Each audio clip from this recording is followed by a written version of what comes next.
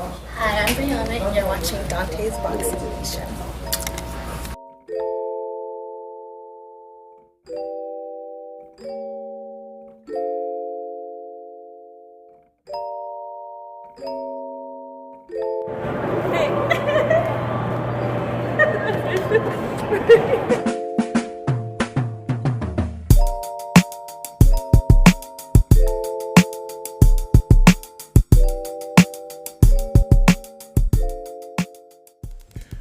Dante's Boxing Nation, what's going on, guys? Well, we have a new champion at 130, and it's JoJo Diaz. He dethrones the longtime champion, or at least the most active champion at the time, Tevin Farmer. Actually, Tevin, he hadn't been champion for that long, I guess over a year, but he had already defended his title 5 times. And I told you guys, when I found out that this fight was signed, this will not be an easy fight for Tevin Farmer to win. It'll be his toughest fight, and I wouldn't be surprised if he actually loses the fight.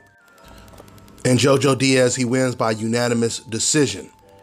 Now, and it's interesting because in the first half, everything was going wrong for JoJo Diaz.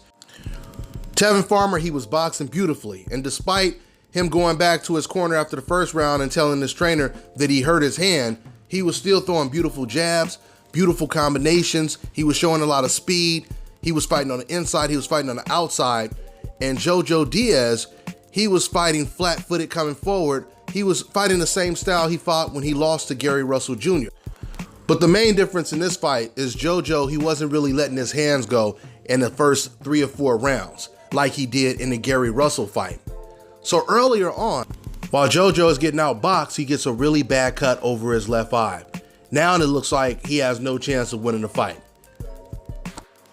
But all of a sudden, around the 4th or the 5th round, JoJo, he picked it up. He got real active. He started fighting on the inside, throwing a lot of combinations. And Tevin, he obliged JoJo for a while. Tevin actually fought on the inside, and I thought Tevin was getting the best of JoJo at first on the inside.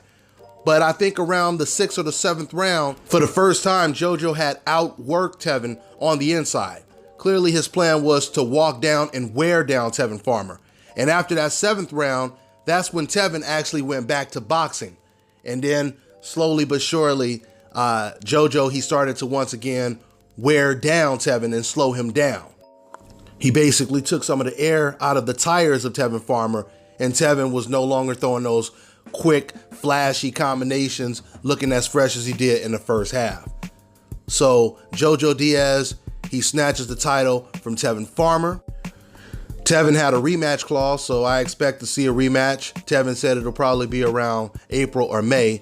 Let's see how it all turns out. But for now, congratulations to JoJo Diaz. That's all I got for now, guys. I'm on to the next one.